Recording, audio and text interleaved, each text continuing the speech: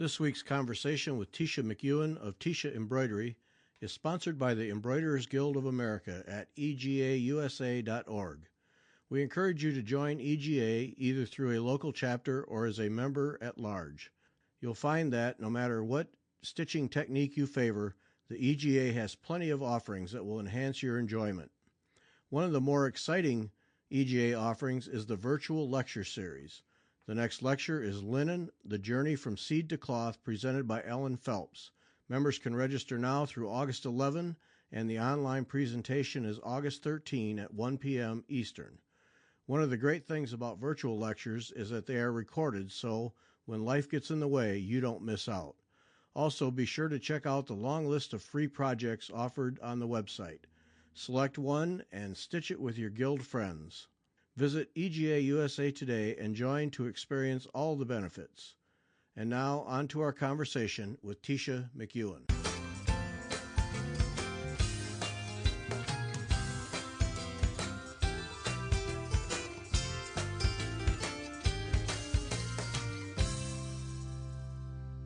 Welcome back. I'm Gary Parr. And I'm Beth Ellicott. And you're listening to Fiber Talk, the twice-weekly podcast for needlework artists. And our artist from Adelaide, Australia, Taetia McEwen. Taetia, welcome. Well, thank you, Gary. It's so nice to talk to you. Well, we're glad to have you here. Glad to have you. So, all right, we got to get back. We were starting to tell the story here before we recorded, so we had to stop. So you're at your daughter's, and when she had your grandson, what was the story now? I was looking at the lampshade that I embroidered for her, and when she was pregnant, I said, "What would you like me to embroider for your baby?" And she said, "Well, how about a woodland lampshade with creatures on it?" And she looked at me and she said, "Mum, no fairies." And I said, "Well, okay, no fairies. That's okay, no worries." So I didn't put any fairies on it, but I did put a fairy door in the tree just in case. So you can go back and add in later then. Well, that's right. I also thought if there happened to be fairies lurking around, they've got somewhere to go. So that's right. That's right. I grew up with lots of books, and I grew up with Beatrix Potter and May Gibbs, and I'm not sure if you've heard of an artist. She's an Australian from the 20s and 30s called Ida Rentoul Outhwaite, and I used to spend hours and hours reading her books and looking at pictures. And one of my girls said to me once, she said, "You grew up with lots of books, didn't you?" And I said, "Yes." And she said, "I can see it in your work, you know, the imagination." And I had two sisters. There were three of us. And we used to, go outside and make dolls out of sticks and leaves, and use grass and flowers for their hair. And it was a very imaginative childhood. I think I always was looking for some way to express that in some way in my own life, you know. So where does the fairy interest come in? Well, we should tell people that we're talking to you because you do absolutely gorgeous surface embroidery of all kinds, and you have a project in the latest Inspirations magazine, number 119. And one of the really cool things you do is embroidery on lampshades. But all your woodland animals and things are just so beautiful. So where do the fairies come from? Is that part of that childhood imagination period? Oh, yes, most definitely. And I've always had a fascination with, you know, whether fairies really do exist. And, you know, the Beatrix Potter with the creatures that talk. And it's always just been what I grew up with. And, yeah, I think that's it. And also a love of nature, because my mother was a big nature lover, and she had all these books on her shelf, you know, and with insects and so on. And my sisters and I used to get especially we loved the spider one, and we'd bring the spider book down and we'd turn the pages, and if our fingers touched an actual photograph of the spider as we turned the pages, we'd all scream, but we'd go back for more. And I just grew up with this fascination, of creatures. And we used to keep slaters as pets. I think you call them woodlice, but here in Adelaide, we call them slaters, and we'd set up little gardens. And we especially loved caterpillar season in the spring because they'd eat the blossoms, and you'd give the caterpillar a petal, a pink petal, and they just munch it right before your eyes. It just fascinated me. And when I grew up, I had a citrus tree in my backyard, and I noticed that the citrus butterfly, that their larvae were eating the leaves. And then so I was watching them, and then I realised that wasps, native wasps, were taking the larvae, the caterpillars, back to their nests to feed to their babies. So that was devastating to me. So my partner got me a tent cover, not the actual tent, just the fly, I think it's called. And it was in a pot. We put the tree inside the tent so that we could protect it. And I'd have people come and say to me, "Oh, you're protecting the tree from the grubs, are you?" And I'd go, "No, I'm protecting the grubs." And the butterflies would hatch, and we'd watch them fly off. And that's when I got into my butterfly girl phase, which I don't know if you've seen any of my butterfly girls. I Yes. learnt to do work, and I would do the wings exactly as actual butterflies, and then I'd stitch them onto girl figures. So yeah, that's where my love of nature comes from too, and I think yes, you can see that in my work. Yeah. Where does the embroidery come in? Was that something you learned from your mother, grandmother? How does that come in, and then you connect it to nature? Well, my mother was always quite crafty, and she would pick up different hobbies. And one of them was embroidery when I was about 12. And we girls would trail along behind her and do whatever she was doing, whether it was stamp collecting or making potpourri or rose petal, creations. And she picked up embroidery. But really, my love of embroidery started back then. But then my mother-in-law, when I had my first daughter, who's now the one with my grandson, she would make these gorgeous dresses with smocking. And I loved the smocking, and I do still love smocking. And she would put grub roses on them. And I said to my mother-in-law, "Oh, please, will you teach me how to make those?" And then I got into cross-stitch. So for me, the world of embroidery looked like cross-stitch, grub roses and smocking. And I knew that I wasn't a smocker because I'm not really into straight lines. And I'll tell you a funny thing. I was listening to your podcast with Jen Weber from a few weeks ago. Uh-huh. And I thought, so interesting, that for her, the tamari balls with their geometric shapes just drew her in, and she was inspired by those. And I thought we're all so different, because it's the exact opposite for me, those geometric shapes, whilst I appreciate their beauty, just don't enthrall me. But we're all so different, aren't we? It was interesting listening to her talking about that.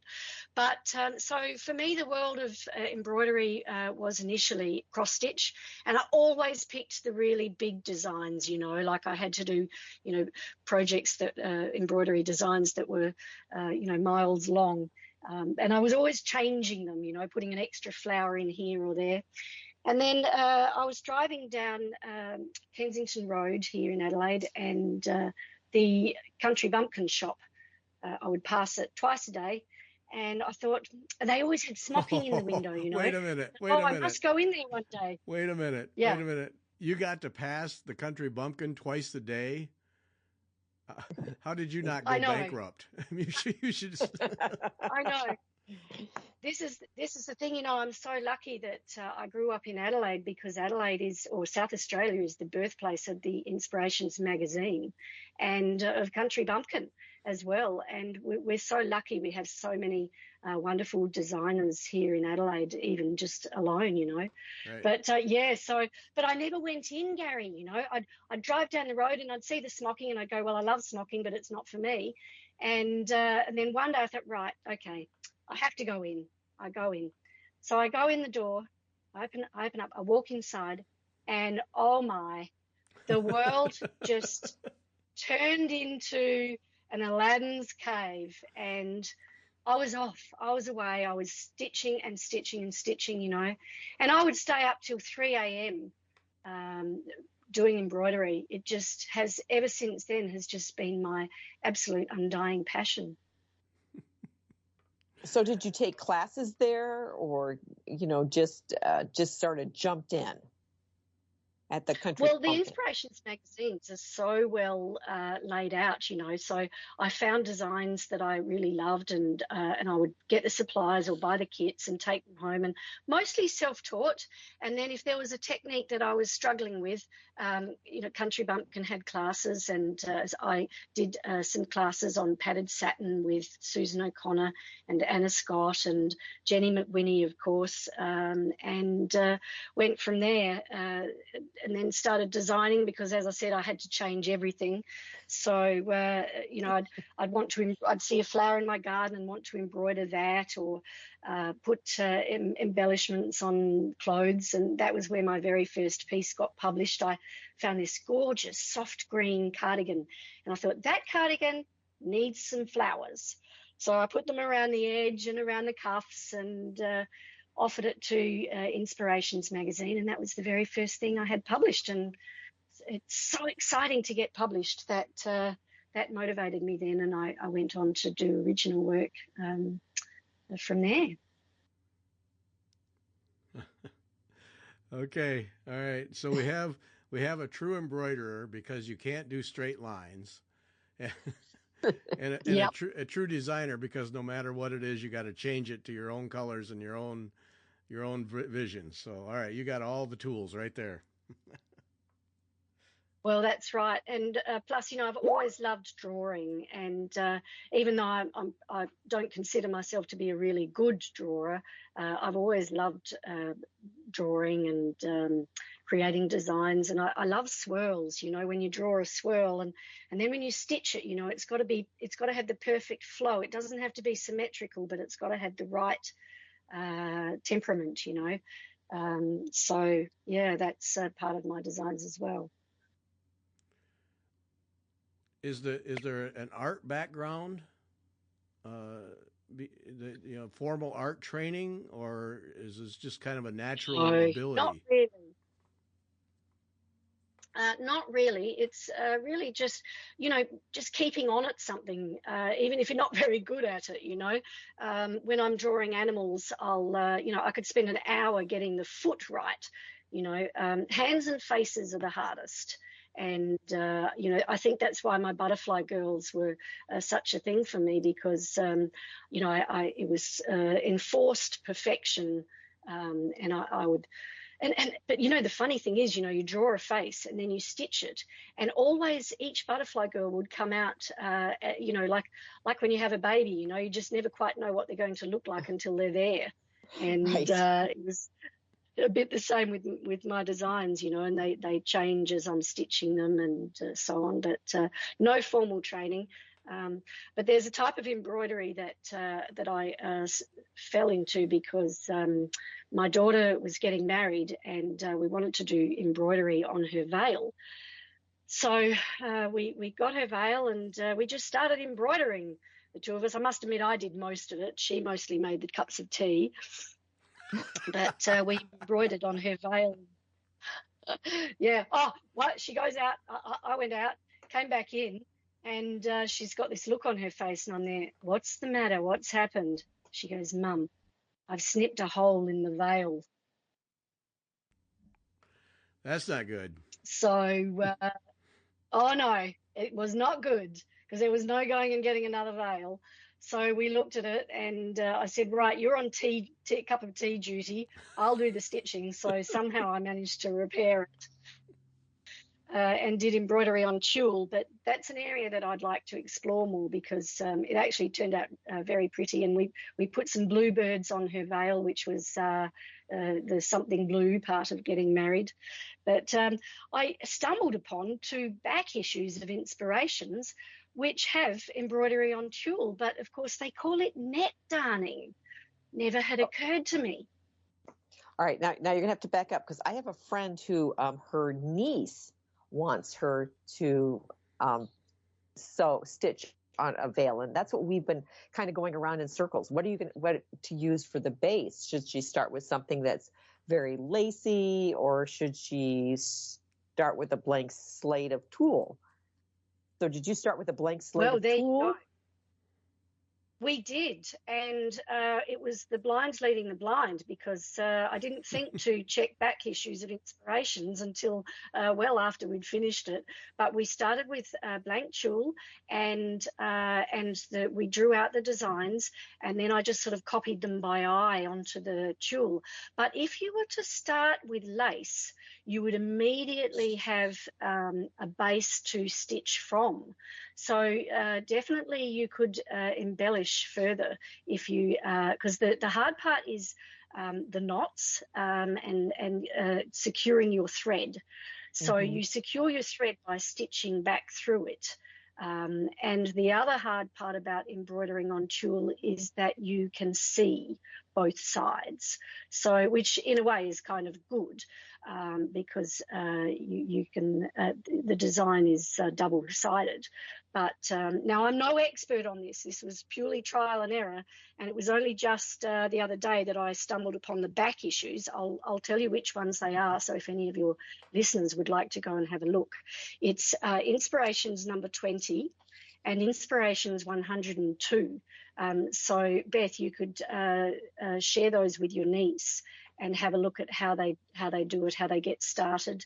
But once again, even if I'd had the books, I probably wouldn't have followed the rules. You know, we just kind of stitch, and it's sort of almost like a running stitch that you do, weaving in and out of the squares on the net or the tulle.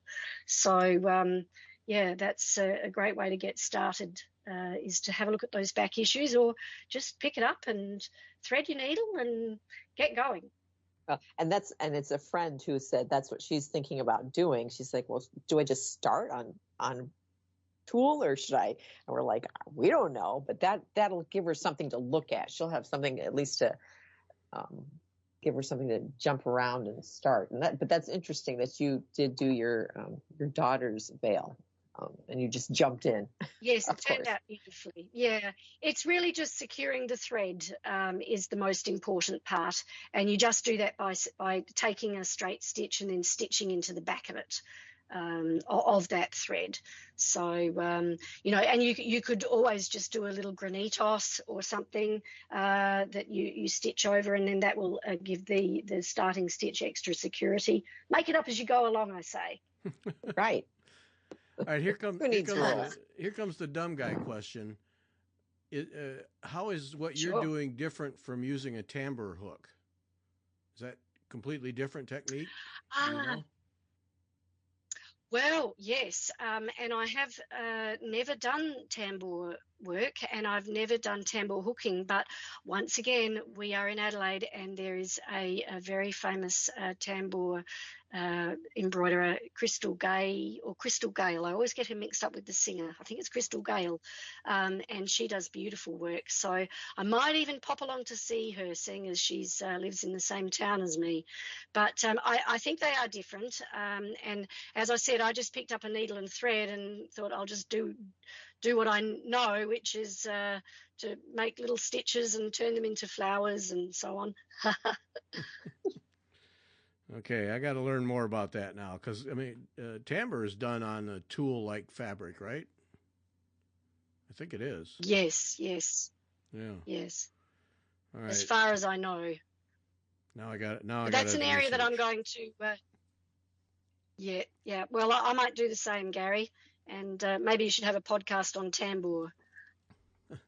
Yeah. Well, we've talked to some tambour artists, and that's amazing stuff in its own right. So, yes, the fashion world. Oh, the world of embroidery is so big.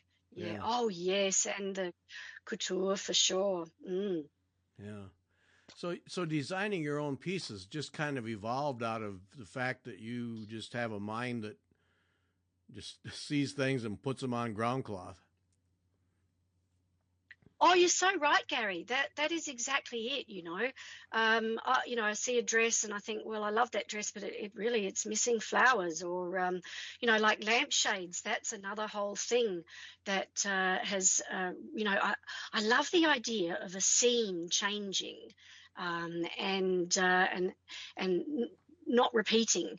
And so lampshade, to me, you could go in and just turn it a little bit each night, and there's something different to see. And that's where I started getting into embroidery on lampshades. The first lampshade that I designed was Frog Went Walking. I don't know if you know that song, Frog Went Walking on a Summer's Day. And I thought, I could embroider that and put it on a lampshade, and then you could just have a different verse at the front each time, each night. And I stitched that whole song, which, interestingly, spoke to a woman from, where was she from? One of the Scandinavian countries. And she said, we have that song in my language too. I didn't know it's almost like a universal song. Do you know the one? I'll sing it for you if you like, but my expertise sing it. is I don't know embroidery. that one. Do you know that one, Beth? I think I do. I think we learned it as kids, but I wouldn't sing it, but A frog went walking on a summer's day, hum, hum. That's the one. No. Don't know that one. I just, no. Yeah, we used to sing it as kids. Well, a frog marries a mouse. Frog marries a mouse on a summer's day, and I was always fascinated by the fact that they had fried mosquitoes with bread and butter at the wedding reception. Fried mosquitoes and bread and butter. So I embroidered them with a little sandwich, but I didn't put the mosquito inside. I thought I'll leave that to people's imagination. So that was one of my most favourite designs is my Frog Went Walking. But I've actually, fairies haven't featured a lot in my embroidery, unless you call my butterfly girls fairies, which in a way I guess they are. But the piece that I have designed, which I designed for the needlework convention in London, has got actual little fairies on it. And one is sitting on a swing, and another one is pushing a cart, and another one is feeding their pet, which of course, as you probably know, is a dragon, another fantasy creature. Yeah, all right, let's go back to the lampshades, because, see, Beth saw your work because I sent her all your photos, and now she's already figured out that she needs to buy a lamp, and then because she wants to do a shade. So that does not look easy to do. Was that a lot of trial and error? Well, so the if I can just give you some, a hint, Beth, and that's to begin with a straight-sided lampshade like a drum, and that's the easiest way to do it, is to choose a lampshade that's already got fabric on it. Choose plain fabric, and then measure it up. And I've just had a sip of my tea somewhere. Measure it up, and then make your design fit that shade, and don't take the background fabric off your shade, and that's how you get started. It's not that hard. Well, so I don't need to go and get separate fabric, get the wire. I can just stitch right on a lampshade as long as it's a fabric. It doesn't matter what it is. So you'll do the embroidery. Exactly. Of course, you don't want to pick a shade that's got flowers already over it. Pick a plain shade. And then your design, you'll stitch on separate fabric, and then you'll attach it to the shade that's already got the plain fabric on it. So that acts as a cover for the back of your work. Excellent. As a base. So it's perfect. Yeah, and you can even buy lampshade kits that you make up yourself, or just go to the hardware store and choose yourself a plain shade and make your embroidery design to fit that. It's really not that hard. Yeah. And see, now I guess it looks difficult, and I don't know why I think it looks difficult. Maybe it's the attaching to the lampshade, but you're just saying it's just like a drum. You're just making a drum with no top and bottom.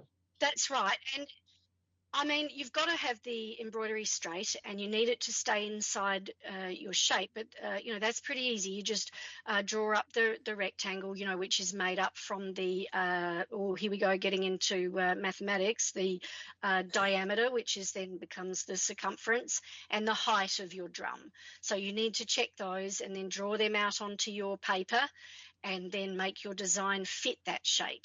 And when you're stitching the embroidered fabric onto the drum, you need it to be tight and even. So I'll do a couple of inches up the top, then this is after the embroidery is completed, then I stitch a couple of inches down the bottom, and then you just go back and forth, checking that your embroidery is straight and tight on your drum. You really are just stitching it to a frame, but which happens to be circular. And it doesn't matter. You're like, I'm looking at your fairy's pet, and the dragon looks very dimensional, but that doesn't make any difference on the lampshade? That it's...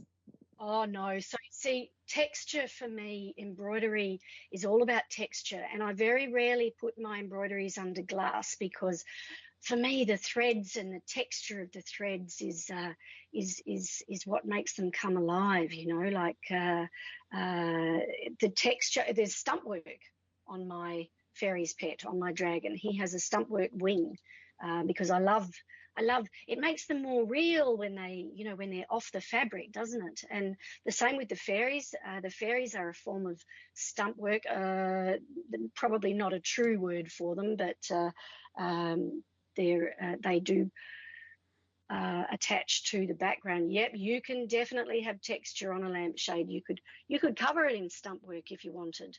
Just have to be careful when you're turning the scene that you don't bump them. Right. and that they don't get too dusty either. That would be my other problem in my house with my silly cat. Yeah, well, the funny thing is that people say to me, doesn't your work get dusty? And I go, well, no, it doesn't really. And, I've got embroidered pieces that are framed with no glass hanging up. And if they do get dusty, well, you just blow the dust off. Right. So, yeah, I've never really had that problem with dust. And if a spider builds a web, well, that means he loves your work too. Okay. All right. So what, as you've evolved here, now do you have a formal business where you sell your stitched pieces, you sell designs? What is your business like? Is it teaching? What's at the core? Well, I do teach, and I teach here in Adelaide at Create in Stitch on Fridays, and my girls, I call them my girls, and I have 3 friends who come in. They're my triplets, and I teach every Friday, which I love because it's sharing my passion. And to have a job where you can share your passion is everybody's ultimate dream, I think. Just digressing a little bit, I did an arts degree a long time ago, and I had a tutor who was talking to us about what we were all going to do, and an arts degree is not vocational. And he said, it really doesn't matter what you do. If it comes from your heart, people will want what you have. And I have an Etsy shop and sell my designs through my Etsy shop, and I don't sell originals very often. I used to, and then the owner of Create and Stitch said to me, she said, Taetia, she said, you never sell your originals, you need them. And it's so true, because it's so nice to have the original there to look at, for my girls when they're doing some of my designs. But being published, Gary and Beth, is just such a wonderful feeling. It's a real driver. I love seeing my work in the magazines, and Inspirations. Their photography is just it's just so beautiful. It manages to capture things never look quite as beautiful in print, unless they're in Inspirations magazine. Yeah, that's so true. Yeah, so designing and sharing my designs is is a big motivator for me. And I do teach, yes. Yeah. How many Did designs? that answer your question? Yeah. How many designs have you done for inspirations? Well, they've published 8 of my designs, 8. and I've got another one in the pipeline, and another one I'm about to start. But I did get published in another magazine, which is no longer exists because print media has gone by the wayside mostly. But after my little green cardigan got published, I sent a girlfriend of mine out. I went from little to enormous. I sent my girlfriend out. I said, "You've got to find me a parasol. I need a parasol. It's got to have a beautiful handle. The spokes need to be in perfect condition, and it still needs the cover intact because I need that for a pattern." So off she went, and she came back with this most beautiful parasol with this lovely handle made of cane and some other material. It was beautiful, and sure enough, the cover was intact and none of the spokes were bent. So I took the cover off and used that as a pattern. And I don't think I sent you a photo of my parasol. I'll have to dig it out. Yeah. I sat up. That was one of my 3 a.m. every night forays where I stitched these pink roses and honeysuckle onto, and that was repetitive. I don't do a lot of repetitive embroidery, but I embroidered all the way around the sides on the edge, and then I made a ruffle. And that was another one where I had to change everything. I just knew I wanted it in this green. I have this fascination with green and pink, and I had to dye the fabric because I couldn't find exactly the shade of green that I wanted, and I wanted the inside of it to be very, very, very pale pink.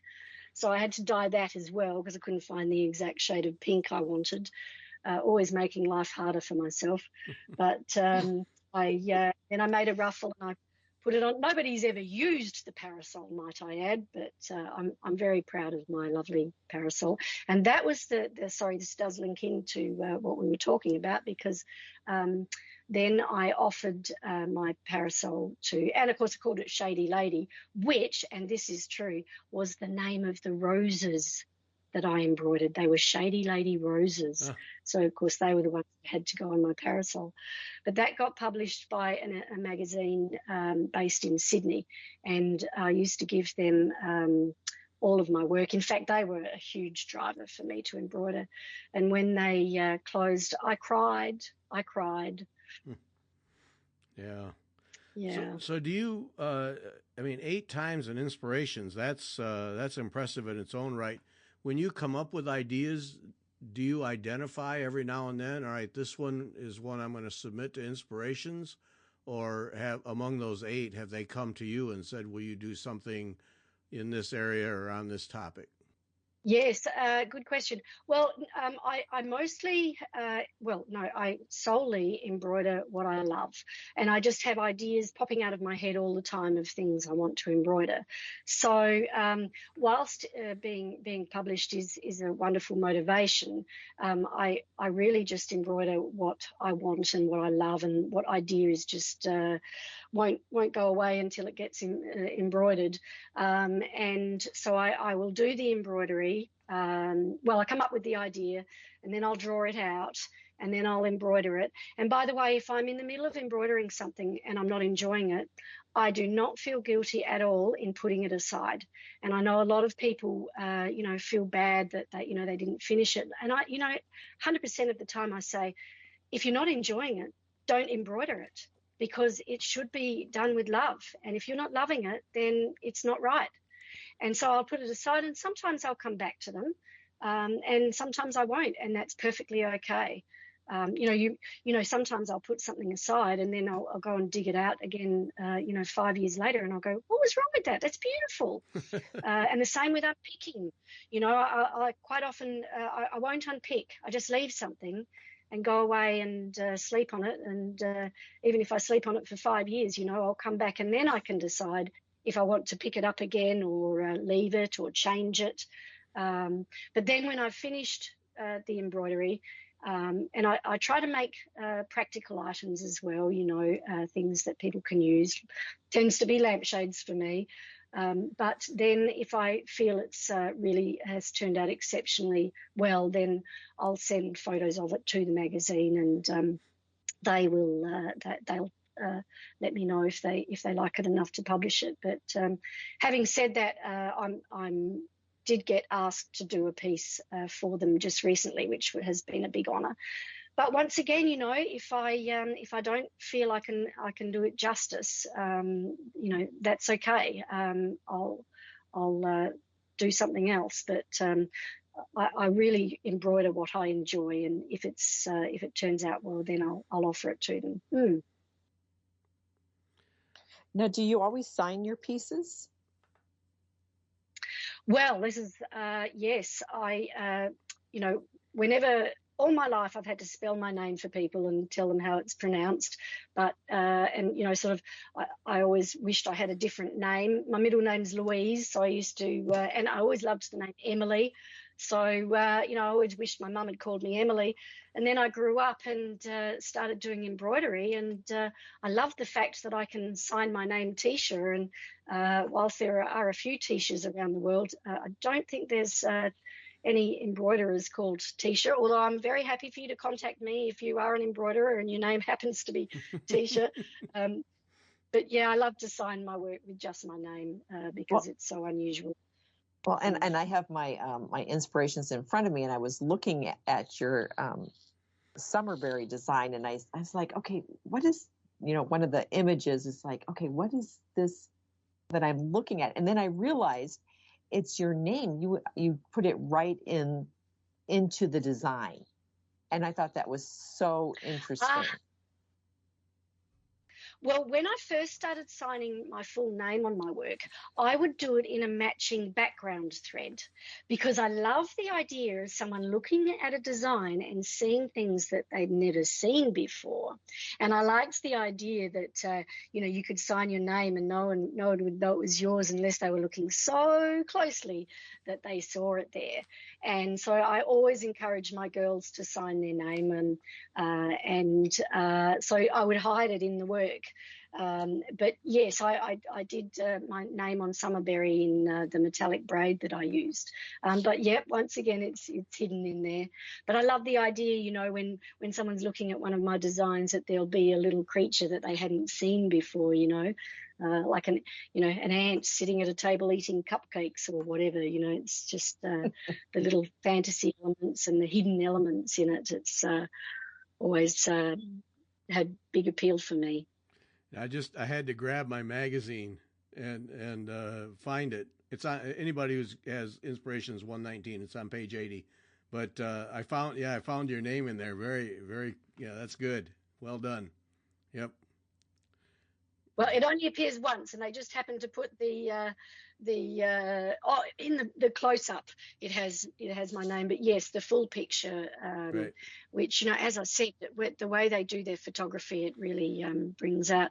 But I don't know if you noticed the leaves there, Gary. You were asking me if they were gold work, and they are made from metallic mesh ribbon. And I saw this ribbon because I love texture, as I've said, and, you know, I'm always looking for threads and ribbons and materials to stitch with that have got texture. And as soon as I saw the metallic mesh ribbon, I just thought, they are leaves. They are leaves. Because, you know, sometimes in the autumn you find those leaves, I think it's called, they're skeletonized, where some sweet little creature has eaten them and left just the veins. And so when you stretch open the metallic mesh ribbon, it has this look like it's been skeletonized by some darling little creature. And so as soon as I saw the metallic mesh, I knew what had to be done with it. So you stretch it out and couch it down with invisible thread and give it texture by bending the mesh so that it sits up. I just love my embroidery to pop off the page, you know, like the pictures in beautiful books. Yeah, I love that the Summerberry, is that right? Yeah, Summerberry. Yes. Because to look at most of your work, the impression you get is that you just you do pretty much basic surface embroidery, though very well and very creatively. And then this Summerberry, it has to me, a surface embroidery and a gold work feel to it and a stump work feel to it, and yet it's so delicate. Every bit of it is just so delicate. Even the heavy vines, it's just really special. I mean, there's even some beads in there, and it's just a real collection of different things that all work together to make just a beautiful little wreath. Yes, well, I think that it did achieve what I had hoped. A lot of my work is very pretty, inverted commas, and I can't help that. That's how I was born, and yeah, it's popped out in my embroidery. But I try all different types of embroidery, and stump work has particularly fascinated me because of, it's got that three-dimensional element. Mm. Yeah, well, it really comes out in Summerberry. That's a beautiful piece. Thank you. So is that you doing more of that kind of needlework, or is that just kind of a one-off thing? Oh, that particular design just came into my head and was chattering very loudly. So I had to embroider those and use my metallic mesh ribbon and the lovely warm golds and so on. And I've recently fallen in love with GIMP, which is like wrapped wire. So there's GIMP I use on my fairy's pet as well, which I'm teaching at the Needlework Convention in London. And GIMP is another material that can be used in a very textural way. And I use it for the snail's shell on my fairy's pet design. There was another thread that I was thinking. Chenille is another one that I love. I love threads with texture in them. So lampshades will always be my love. I'll always and pretty scenes with creatures are a big driving force for me at the moment. Do you find yourself challenging yourself to extend and expand your stitching, or have you found a kind of a comfort zone and you're happy staying there? Well, I'm always trying to learn new stitches and incorporate them in my work. And the design that's crying out in my head now is going to have the embroidery on tulle, the net darning. So I'll investigate that. It's more driven by a need to have something in particular, like I want to do wings. With net embroidery on tulle. So it'll be that I'll be thinking, now I want to do the wings for this fairy. Now, how could I do them? Oh, she needs to have very fine wings that are like net. And so then that's the driving force for working out how to do embroidery on tulle. Or I'll be thinking that I want to, embroider these little fairies that are not quite stump work, but they're not stitched onto the background fabric. And so it's more the other way, that my design's demanding something, and then I'll find a way to make them come alive with embroidery. Another material that I love to work with is feathers. I use peacock feathers a lot to embroider, and that they have lovely colours that change as you move. On one side the peacock feather looks green, but as you move around it turns to lovely bronze colours and so on. Now that's interesting. Yeah. Do you use the whole feather? Do you take parts of it? How do you? Yeah, so I did look into the anatomy of a feather, and I can tell you that when you take a peacock feather, for example, and it's the same with all feathers, but peacocks are easy to explain, each individual spoke that comes out is called a barbule. And so I will cut the barbule and bend that and couch it onto the background fabric. In fact, it'd be lovely to do a whole peacock made out of peacock barbules. You could embroider that. Oh, that's a great idea. They just keep coming, the ideas. Yeah, I just that's why I'm not so much anymore. But at the 3 a.m. embroidering was a big thing. Go to work tired, but with my head full of embroidery ideas. No, I can't make it to 3 o'clock. Nope. Oh, me either. Not anymore, at least. Yes. I used to be able to get up at 3 o'clock, but not stay up that late. No. Yeah. All right. It gets you're, better as you get older. so you're teaching at the World Needlework Convention. That's in October. Are you doing the one class, Yes, or what are you doing? No, it'll be 3 classes. I've got Song of Spring, which is birds sitting in a morning, in the morning dew. When first thing in the morning when the sky is just starting to colour up, but it's still that sort of pale pink.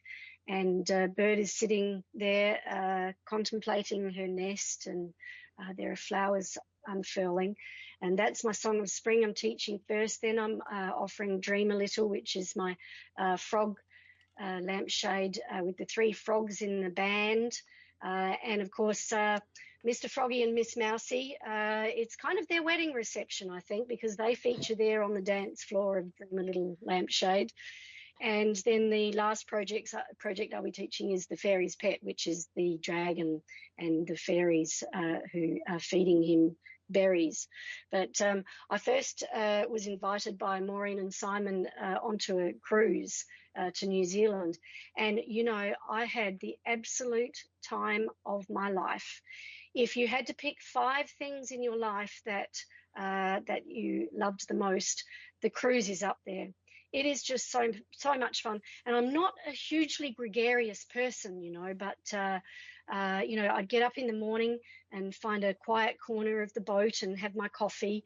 And then I go and spend the day contemplating how lucky I am to be sharing my way of stitching with like-minded people, And then we'd go and see a show, and then we'd get up again the next day and do the same thing. It is just so much fun. Sharing stitching with other people. So when they invited me to join them in London, I went, me, I want to come. And I'm sure it'll be just as much fun. It's really nice being around other people who have the same passion, and you just sit there and stitch together. It's great fun. And Maureen and Simon are wonderful hosts. Yeah, that's developing into quite an event, isn't it? Oh, yes, it'll be huge, but it's the 10 days of stitching. Well, actually, no. So it's 3 2-day classes with other wonderful things in between. So it's actually 6 days of stitching. And, they'll have angel teachers there as well. And, it'll be really good fun. And I'm hoping I get invited to Hawaii next in 25. Oh, that's where the next one is? Yeah, that's the next cruise that Maureen was talking about in her chat with you. Yes. Do you have a studio in your home? I mean, do you have a room where you work, or are you just a chair in front of the TV? I'm so lucky, Gary. I'm so lucky. We moved up to the Adelaide Hills, which is where my partner is from, and we have a dining room that has a full glass window all along. So, yeah, as you can guess, it's not a dining room very often because I spread out all over the table and I stitch from there. And we've got it's a little orb. It's made of metal and it has swirls all over it. And in the bottom of it is a little tray. And so I don't do it every day because wild birds need to be able to feed themselves. But on a stitching day, I might treat myself by filling the little dish with millet, little tiny seeds. And I love to watch the red-browed finches hopping in. And they're the only ones that can get in there. The big birds can't get in through the wire swirls. And they hop in there and eat all the seed while I'm stitching. But it's got lovely natural light and it looks out over the bushland where I live. So I'm very lucky. That's kind of my studio. Although, as I said, I have to pack it up when we have people over for dinner. But I'm very lucky to have that room where I can stitch with natural light. There's nothing beats natural light.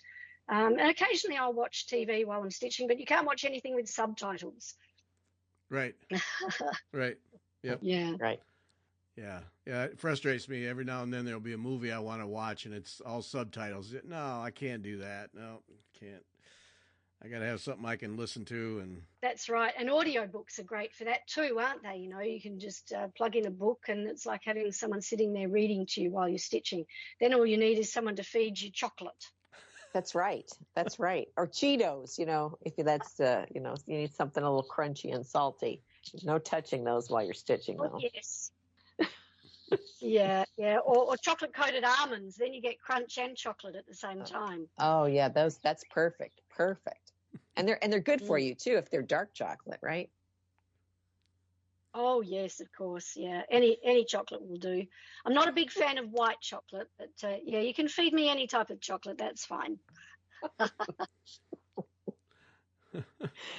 Okay, so we need to do a whole show just on snack items for stitchers. Okay. That's right. Yes. Great idea. And we'll share recipes. Yeah. Mm-hmm. Yeah. My daughter is a good cook, and she's whenever I come down for a stitching session with her, she'll have some lovely treat.